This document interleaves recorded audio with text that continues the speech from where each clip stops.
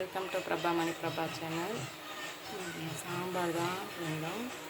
துவரம்பருப்பு வேக வச்சு எடுத்துக்கணும். ஒரு தக்காளி, பெரிய வெங்காயம் ஒன்று சின்ன சின்ன நறுக்கி போட்டு, கொஞ்சம் சீரகம், மஞ்சத்தூள், பெருங்காயத்தூள் போட்டு 2-3 விசிலுக்கு அளவு வேக வச்சு எடுத்துக்கோங்க குக்கரில்.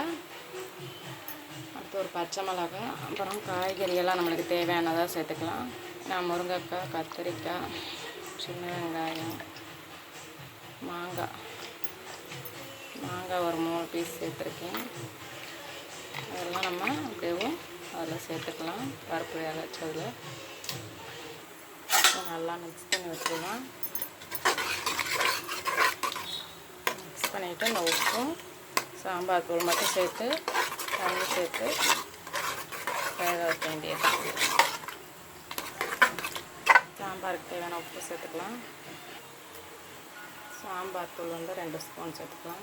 இது கடையில் வாங்கினா ஆச்சி சாம்பார் பொடி தான். இது 2 ஸ்பூன் சேர்த்துருக்கேன். புளி தண்ணி நம்ம ஃபில்ட்ரு பண்ணி எடுத்துக்கலாம். இதில் டஸ்ட்டெல்லாம் இருக்கும். நம்ம வடிகட்டி எடுத்து அதில் சேர்த்துக்கலாம். சாம்பாரில் ஃபில்ட்ரு பண்ணி எடுத்துக்கலாம். இந்த டஸ்ட்டெல்லாம் இருக்கும், சின்ன சின்ன கல் கூட இருக்கும். நம்ம அப்படியே சமைக்கிறனால ஸ்டோன் ப்ராப்ளம் ஆகலாம். இது எதுக்கு நம்ம ஃபில்ட்ரு பண்ணிட்டோம்னா அதெல்லாம் தவிர்க்கலாம். வேலை தான் இருந்தாலும் இந்த மாதிரி ஃபாலோ பண்ணுங்கள். நீங்கள் நம்ம புளி கரைச்ச தண்ணியை இதில் சேர்த்துக்கலாம். பார்த்தீங்களா? அடுப்பு ஆன் பண்ணி நமக்கு தேவையான அளவு தண்ணி சேர்த்து க்ளோஸ் பண்ணி ஒரு 2-3 விசில் வர வரையும் வெயிட் பண்ணலாம். தேவையான அளவு தண்ணி சேர்த்துக்கோங்க. தண்ணி சேர்த்து வச்சு தேவையான அளவு மிக்ஸ் பண்ணி விட்டுட்டு க்ளோஸ் பண்ணி வைக்கலாம்.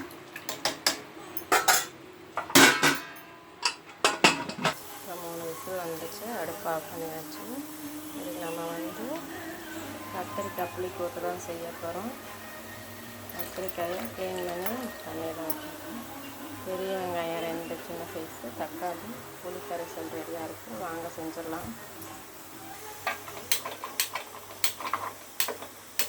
அடுப்பு ஆன் பண்ணியாச்சு. ஆயில் சேர்த்துக்கலாம் தேவையான அளவு. தாளிப்புக்கு கடுகு சேர்த்துக்கலாம். வெந்தயம் சேர்த்துக்கலாம் லைட்டாக. சீரகம் கொஞ்சம் சேர்த்துக்கலாம். வத்தல் 1, கருவேப்பிலை சேர்த்துக்கலாம். இப்போ வெங்காயம் தக்காளி சேர்த்துக்கலாம். நல்லா மிக்ஸ் பண்ணி வைக்கலாம்.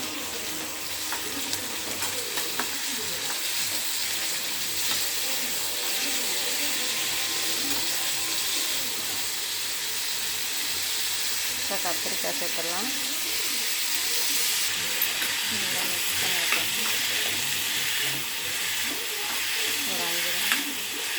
ஒரு 5 நிமிஷம் நல்லா மிக்ஸ் பண்ணி விட்டுட்டா அதுதான் உப்பு மசாலாலாம் சேர்த்துக்கலாம். இதுக்கு தேவையான உப்பு மசாலாலாம் சேர்த்துடலாம். உப்பு தேவையான அளவு,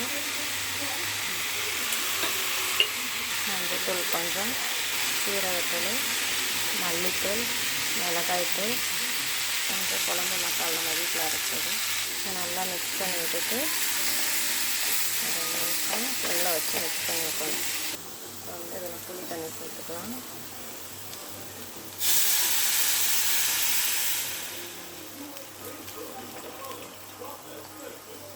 கொஞ்சம் பெருங்காயத்தூள் சேர்த்துக்கலாம். நல்லா கொதித்து தண்ணி நல்லா வற்றுற அளவுக்கு அடுப்பு வைக்கட்டும். லாஸ்ட்டாக ஒரு பொருள் சேர்ப்போம், அதை பாருங்கள். நல்லா வற்றட்டும். தண்ணியெல்லாம் வற்றினோடனே செம்மையாக இருக்கும். சாம்பார் ரெடி ஆகிடுச்சு. இப்போ தாளிப்பு சேர்த்துக்கலாம். ஆயில் சேர்த்துக்கலாம். கடுகு கொஞ்சம், வெந்தயம் கொஞ்சம், சோம்பு கொஞ்சம் சேர்த்துக்கலாம். மிளகு ஒரு 4-5 சேர்த்துக்கலாம். வத்தல் 1, பின்னே பெருங்காயத்தூள் சேர்த்துக்கும். இப்போ கொஞ்சம் லைட்டாக சேர்த்துக்கலாம். கருவேப்பிலை சேர்த்துக்கலாம். மிளகாய்த்தூள் கொஞ்சம் சேர்த்துக்கலாம்.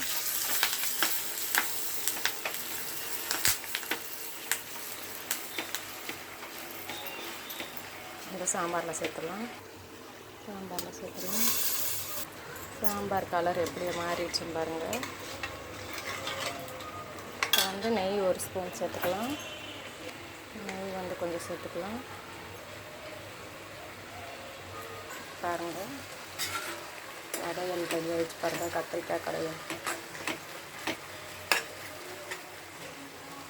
நல்லெண்ணெய் ஒரு ஸ்பூன் சேர்த்துக்கலாம்.